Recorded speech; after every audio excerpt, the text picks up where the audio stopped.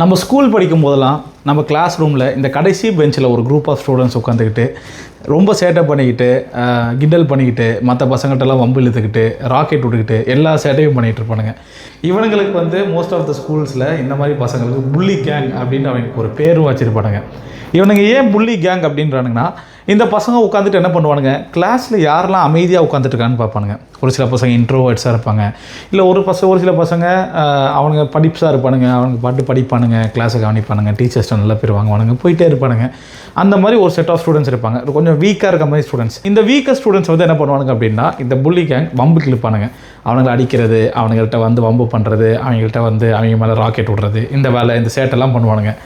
So அந்த மாதிரி இன்றைக்கி உலகத்தில் இருக்கக்கூடிய ஒரு புள்ளி கேங் அப்படின்றது யார் அப்படின்னா, இன்றைக்கி இருக்கக்கூடிய இந்த அமெரிக்கா, இஸ்ரேல் இவனுங்களெல்லாம் சொல்லலாம். இதில் இத்தனை வருஷமாக நம்ம என்ன நினச்சிட்டு இருந்தோம் அப்படின்னா, இந்த புள்ளி கேங்குடைய கேங் லீடர் வந்து அமெரிக்கா தான் போல இருக்குது, ஏன்னா அவன் தான் ரொம்ப பெரிய ஆள், அவன் தான் இந்த புள்ளி கேங்குக்கு இத்தனை நாளாக கேங் லீடராக இருந்திருக்கான் அப்படின்னு நம்ம நினச்சிட்டு இருந்தால் அதுதான் நம்மளுடைய பெரிய ஏமாற்றுத்தனம். நம்ம இத்தனை நாளாக நினச்ச மாதிரிலாம் இல்லை. உண்மையாலே இந்த புள்ளி கேங்கு தலைவன் வந்து இவன் தான், ஒரு தம்மா துண்டு நாடு. ஆனால் அவன் யாருன்னு பார்த்தா அவன் கேங் லீடர்லாம் இல்லை, அவன் அந்த கேங்கில் ஒரு டம்மி பாவாவாக இருந்திருக்கான். அவனால் ஒன்றுமே பண்ண முடியல, அவனால் எந்த முடிவு கூட அவனால் எடுக்க முடியல. நான் இத்தனை நாளாக யோசிப்பேன், அது எப்படிரா யூஎஸில் வந்து ரெண்டு பொலிட்டிக்கல் பார்ட்டிஸ் இருக்குது, அந்த ரெண்டு பொலிட்டிக்கல் பார்ட்டிஸ்க்கும் டிஃப்ரெண்ட்டான ஐடியாலஜிஸ் இருக்குது. பட் இவங்கள்லேருந்து யார் பிரசிடெண்ட்டாக வந்தாலுமே இந்த செவுத்து முத்தமிடுற விஷயத்தில் மட்டும் எப்படி எல்லாம் ஒன்று சேர்ந்துடுறானுங்க. என்ன செவுடுறா என்னடா சொல்கிறா அப்படின்னா, இந்த இஸ்ரேலில் இருக்கக்கூடிய அந்த வெஸ்டர்ன் வாலை முத்தமிடுறதுல மட்டும் எல்லா பிரசிடென்ட்ஸுடைய பங்குமே இருக்குது.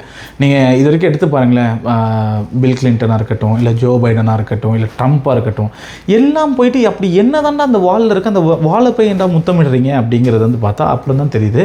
இந்த புள்ளி கேங்குடைய லீடர் வந்து இவங்க எல்லாரையுமே அந்த ஃபோர்ஸ் பண்ண வைக்கிறானுங்க. இன்றைக்கி இருக்கக்கூடிய பிரச்சனை என்ன அப்படின்னா, இவனுங்க எப்பவும் போல் ஆஸ் யூஷுவல் அவனுடைய வேலையை காட்டுற மாதிரி இந்த கிளாஸில் இருக்கக்கூடிய ஒரு டம்மி பையன், இந்த கிளாஸில் இருக்கக்கூடிய ஒரு சின்ன பையனை வந்து அவனுக்கு வம்புக்கு இழுக்கிற மாதிரி ஒரு பையனை வம்புக்கு இழுத்துட்டானுங்க. வம்புக்கு இழுத்ததுக்கப்புறம் தான் தெரியுது அவன் வந்து சும்மா சாதாரண பையன்லாம் இல்லை, அவன் உண்மையான ரவுடி, இவனை மாதிரி பேப்பர் ரவுடி இல்லை அப்படிங்கிறது இப்போ தான் அவனுக்கு ரியலைஸ் பண்ண ஆரம்பிக்கிறானுங்க. ஏன் அப்படின்னா, ஈரான் அவன் பாட்டுக்கு சும்மா இருந்தான், அவன் பாட்டு அவன் வேலையை பார்த்துக்கிட்டு இருந்தான். நீ ஏன் ஈரான் அடித்த அப்படி இல்லை, அவனுங்க என்ன அடித்தானுங்க, மார்ச் மாதம் என்ன அடித்தானுங்க அப்படின்னா, அவனுங்க ஏன் அடித்தானுங்க உன்னை, நீ சம்மந்தமே இல்லாமல் ஓ நாட்டில் இருக்கக்கூடிய அப்பாவி மக்கள், அப்பாவி ஜனங்களை நீ தான் அதை வந்து இஸ்ரேல் வந்து ஓநாடு அப்படிங்கிற அங்கே இருக்கக்கூடிய பலஸ்தீன் மக்களை நீ சைலண்ட்டாக அவங்கள பார்த்துட்டு அவங்களுடைய லைஃப் வந்து நீங்கள் அவங்கள பார்க்க விட்டுடலாம். நீ என்ன பண்ண, அங்கே இருக்கக்கூடிய குழந்தைகள், வயசானவங்க, பெரியவங்க, பெண்கள், கர்ப்பிணி பெண், எந்த ஒரு வரம்புமே உனக்கு இல்லை, எந்த ஒரு ரூல்ஸ் ஆர் ரெகுலேஷன்ஸுன்றது உனக்கு இல்லவே இல்லை. யாரை பார்த்தாலும் கொன்ன பலஸ்தீன் மக்களை, அப்பாவி மக்களை, சிவிலியன்ஸை யாரை பார்த்தாலும் கொன்ன. ஒரு வாரில் ஒரு நாட்டுடைய இராணுவத்துக்கும் இன்னொரு நாட்டுடைய இராணுவத்துக்கும் நடந்தால் தான் அது வார், அது வந்து போர் அப்படின்னு சொல்ல முடியும். அங்கே இராணுவமும் இல்லை, ஒரு மண்ணும் இல்லை, எதுவுமே இல்லை அந்த மக்கள்கிட்ட, ஒரு ஆயுதமும் இல்லை, எதுவுமே இல்லை. அவங்ககிட்ட அவங்கள பாதுகாத்துக்கிறதுக்கு ஒரு ஷீல்டு கூட இல்லை. அந்த மக்களை அவங்கெல்லாம் ஹியூமன் ஷீல்ட்ஸ்ன்னு சொல்லி அவங்கள அநியாயமாக நீ கொல்லும் பொழுது அதை எதிர்த்து ஒருத்தன் வந்து உன்னை கேட்குறான். அதை எதிர்த்து ஒரு நாடு வந்து உன்னை கேட்குது அப்படிங்கிற பொழுது நீ இப்போ என்ன பண்ணுற, உன் கேங்கை வந்து வம்புக்கு இழுக்கிற, உன் கேங்கெல்லாம் சப்போர்ட் கூப்பிட்ற, வாடா இவன் நம்மளை கேள்வி கேட்குறான், இவனை அடித்து தம்சம் பண்ணணும் அப்படின்னு சொல்லி முடிச்சு அவன்கிட்ட சண்டை போட போனீங்கன்னா அவன் பார்த்தா உண்மையான ஒரு ஃபைட்டராக இருந்திருக்கான். அது உங்களுக்கு தெரியாமல் போச்சு.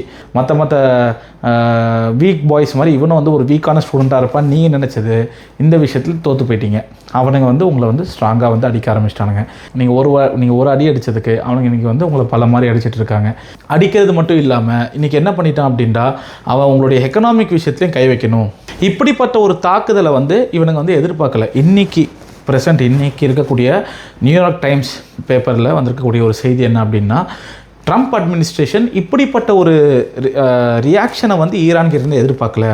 மற்ற நாடுகள் மாதிரி அடித்தா இவனும் வந்து சைலண்ட் ஆகிடுவான், அடங்கிடுவான், இல்லை சரண்டர் ஆகிட்டு நானும் அடிமை அப்படின்னு வந்து காலில் விழுந்துருவான், இல்லை ஃபைனலாக போயிட்டு செவரை முத்தம் விட்டுருவான் அப்படின்ற மாதிரி எதிர்பார்த்தானுங்க. பட் இவனுங்க என்ன பண்ணுறாங்க அப்படின்னா, இந்த மக்கள் அப்படி இல்லை. அவனுங்களுடைய மற்ற எப்படி இத்தனை நாளாக வந்து அவங்க வந்து நான் ஒரு ரவுடி அப்படின்னு எல்லாரையும் மிரட்டி அவங்க கண்ட்ரோலில் வச்சுருந்தானுங்களோ, அந்த மாதிரி இவனும் நம்ம கண்ட்ரோலில் வந்துடுவான் அப்படின்னு நினச்சா இவன் வந்து உண்மையான ரவுடியாக இருக்கான்.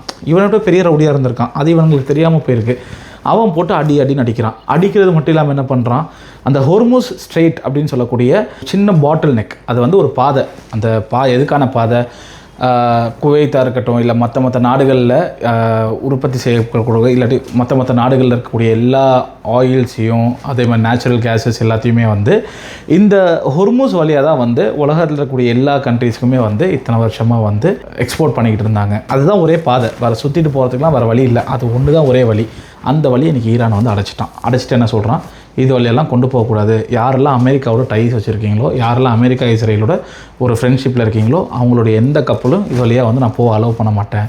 ஏன்னா இங்கே இருக்கக்கூடிய அரபு நாடுகள், அது யுஏஇயாக இருக்கட்டும், இல்லை குவைத்தாக இருக்கட்டும், ஒமானாக இருக்கட்டும், அவங்க நாடுகளில் இருக்கக்கூடிய அந்த நேச்சுரல் கேஸஸையும் பெட்ரோலியமையும் ஃபியூவெலையும் அவங்க எல்லாருமே வந்து இந்த பாதை வழியாக தான் வந்து அவங்க வந்து எக்ஸ்போர்ட் பண்ணிகிட்டு இருந்தாங்க. இன்றைக்கி அதில் வந்து இவன் வந்து தடுத்துட்டான். இவன் வந்து கேட்டு போட்டு இதெல்லாம் கொண்டு போகக்கூடாது. இன்றைக்கி உலகத்தில் வந்து ஒரு பெரிய இம்பேக்ட் வந்து கிரியேட் பண்ணியிருக்கு. கிட்டத்தட்ட 20% ஆஃப் த ஃபியூவல், உலகத்தில் 20% ஆஃப் த ஃபியூவல் வந்து நேச்சுரல் கேஸஸாக இருக்கட்டும், இல்லை மற்ற ஃபியூவல்ஸாக இருக்கட்டும், இது எல்லாமே வந்து இங்கே இருந்தால் வந்து உலகத்துக்கு வந்து எக்ஸ்போர்ட் செய்யப்படுது. இன்றைக்கி அந்த எக்ஸ்போர்ட் வந்து தடை செய்யப்பட்டிருக்கு. இதனால் இன்றைக்கி இந்தியா வரைக்கும், நம்ம ஊர் வரைக்கும் இதோட பாதிப்பு வந்து நம்மளால் பார்க்க முடியுது. என்னடா பண்ணுறது அப்படின்டா, எவனோ ஆரம்பித்த பிரச்சனை இன்றைக்கி அது நம்மள வரைக்கும் தாக்கிட்டு இருக்கு. அப்படின்னா இதில் நம்மளுடைய பங்கு இருக்குது. நம்ம அழகாக ஈரானுடைய ஒரு நல்ல ரிலேஷன்ஷிப்பில் தான் இருந்தார் நம்மளுடைய மரியாதைக்குரிய திரு மோடி அவர்கள். அவர் எதுக்கு இன்றைக்கி ஈரானை பகைச்சிட்டு இஸ்ரேலில் போய் ஆட்டம் போட்டாருன்னு தெரியல. இன்றைக்கி அவரும் நம்ம நாட்டுக்கு வந்து இந்த விளைவு வந்து வந்திருக்கு. நம்ம நாடுகள்லேயும் வந்து இன்றைக்கி பார்க்குறோம், இன்றைக்கி பெட்ரோல் பங்க்கில் அவ்வளோ கூட்டம், எல்லாம் எல்லாம் அவ்வளோ, அவங்க வீட்டில் இருக்க எல்லா வண்டியிலையும் வந்து பெட்ரோலை ஃபில் பண்ணிக்கிட்டு ஃபியூல் கேன்ஸ்லாம் வந்து பெட்ரோல் வாங்கிட்டு போகிற மாதிரி நிலவை. எதனால் அப்படின்னா, நாளைக்கு வந்து பெட்ரோல், ஏன்னா ஏற்கனவே கேஸ் சிலிண்டர்ஸ் வந்து தட்டுப்பாடு அப்படின்னு வந்துருச்சு. எல்லா நியூஸ் சேனல்ஸும் நம்ம இன்றைக்கி பார்த்துருப்போம். இதெல்லாம் இந்த 2 நாட்டுடைய வார் பிரச்சனையினால். இதுலேருந்து நம்ம என்ன தெரிஞ்சுக்கிறது அப்படின்னா, இன்றைக்கி நம்ம யோசித்து பார்க்கணும். இந்த ஒரு சம்பவத்தினால இன்றைக்கி நம்ம ஊரில் எல்பிஜி இல்லை, நம்மளால் போய் ஹோட்டல்ஸில் சாப்பிட முடியல, இல்லை நமக்கு நாளைக்கு வீட்டுக்கு கேஸ் சிலிண்டர் முடிஞ்சிருச்சுன்னா நம்ம எப்போ ஆர்டர் பண்ணுறது அப்படின்ற நிறைய பயங்களும், இல்லை நாளைக்கு பெட்ரோல் விலை ஏறிடுச்சுன்னா என்ன ஆகுதுன்னு சொல்லிட்டு இன்றைக்கே போய்ட்டு நம்மளுடைய கார்கள் பைக்குகளுக்கெலாம் வந்து பெட்ரோல் போடுறோமே. நம்ம கொஞ்சம் யோசித்து பார்க்கணும். ஒரு சின்ன அந்த ஊரில் இருக்கக்கூடிய வாரில் ஏற்பட்ட ஒரு சின்ன தட்டுப்பாடுக்கே நம்ம வந்து இவ்வளோ பதற்றம் அடைகிறோம், இவ்வளோ பயப்படுறோம், இவ்வளோ ஏற்பாடுகள் செய்கிற எல்லாம் பண்ணுறோம். இந்த எந்த ஏற்பாடும் இல்லாமல் கிட்டத்தட்ட ஒரு 2-3 வருஷமாக இந்த காசாவில் இருக்கக்கூடிய மக்கள் அவங்களுடைய பேசிக் லைஃபுக்கான நீடை கூட இல்லாமல் செத்துட்டு இருக்கும் போது அவங்க எவ்வளோ சிரமப்பட்டிருப்பாங்க. இன்றைக்கி இன்னும் நமக்கான எல்லா சொஃபிஸ்டிகேஷனும் நம்மளை விட்டு போகல, ஆனால் போயிருமோ அப்படின்ற ஒரு பயத்தினால நம்ம இந்த எல்லா ஏற்பாடுகளையும் பண்ணிகிட்டு இருக்கோம். அந்த மக்கள் எவ்வளோ சிரமப்பட்டிருப்பாங்க. அந்த மக்கள் பட்ட கஷ்டத்தில் ஒரு 1% கூட இல்லை இன்றைக்கி நம்ம பார்க்குறது. பட் ஸ்டில் இது எல்லாமே வந்து ஒரு நல்ல நிலைமைக்கு வரணும். ஒரு மனிதனுக்கும் அவன் வாழ்கிற வாழ்க்கைக்கு முழு ரைட்ஸும் அவனுக்கு இருக்குது. யாருமே யாருடைய லைஃப்பையும் வந்து கட்டுப்படுத்த முடியாது, யாருமே யாருடைய லைஃப்பையும் வந்து தடுக்க முடியாது. எல்லாருக்குமே இந்த உலகத்தில் சமமாக வாழ்கிறதுக்கு உரிமை இருக்குது. அதை எல்லாருமே புரிஞ்சு நடந்துக்கிட்டாங்க அப்படின்னா இந்த உலகத்தில் ஒரு அமைதி நிலவும். இதை பார்க்கக்கூடிய நம்ம ஏதோ இன்றைக்கி நமக்கு இந்த மாதிரி சிச்சுவேஷன் ஆயிடுச்சு அப்படிங்கிறதுனால இதில் நம்ம யாரையுமே ப்ளேம் பண்ணுறதுக்கோ, இல்லை இதில் யாரையுமே வந்து காரணம் சொல்கிறதுக்கெலாம் இங்கே நமக்கு வேலையே இல்லை. நம்ம முடிந்த அளவுக்கு நம்ம எல்லாருக்காகவும், எல்லா நல்ல விஷயங்களுக்காகவும், எல்லா மக்களும், நீங்கள் எவ்வளோ பிலீஃப்ஸில் இருப்பீங்க, அவங்கவுங்க இஷ்டத்துக்கு ஏற்ற மாதிரி வேண்டிக்கோங்க. இதெல்லாம் நார்மலாகணும், இதெல்லாம் திரும்பியும் சரியாகணும் அப்படின்ட்டு. தேங்க்யூ.